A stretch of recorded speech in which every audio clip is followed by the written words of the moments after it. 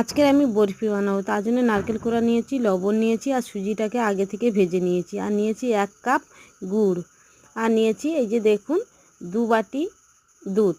1 cup সুজির জন্য 2 cup দুধ নিয়েছি, আর দিয়ে দিচ্ছি স্বাদ মতন লবণ, নারকেল কোড়া, আর তারপর দিয়ে দিচ্ছি গুড়। আর দুধটাকে ভালো করে একটু ফুটিয়ে নেব, আর নারকেল কোড়াটা দিয়ে এই যে দেখুন গুড়টা দিয়ে দিয়েছি। অল্প অল্প সুজি দেব আর মাখাতে থাকবো।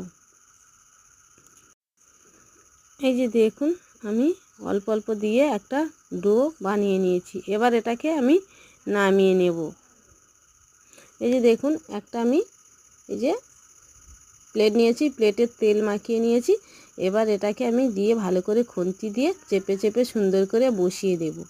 এই যে দেখুন একটু ঠান্ডা হয়ে গেছে, এবার ছুরিটা দিয়ে আমি কেটে নিচ্ছি। তারপরে উপর থেকে চীনাবাদাম আমি দিয়ে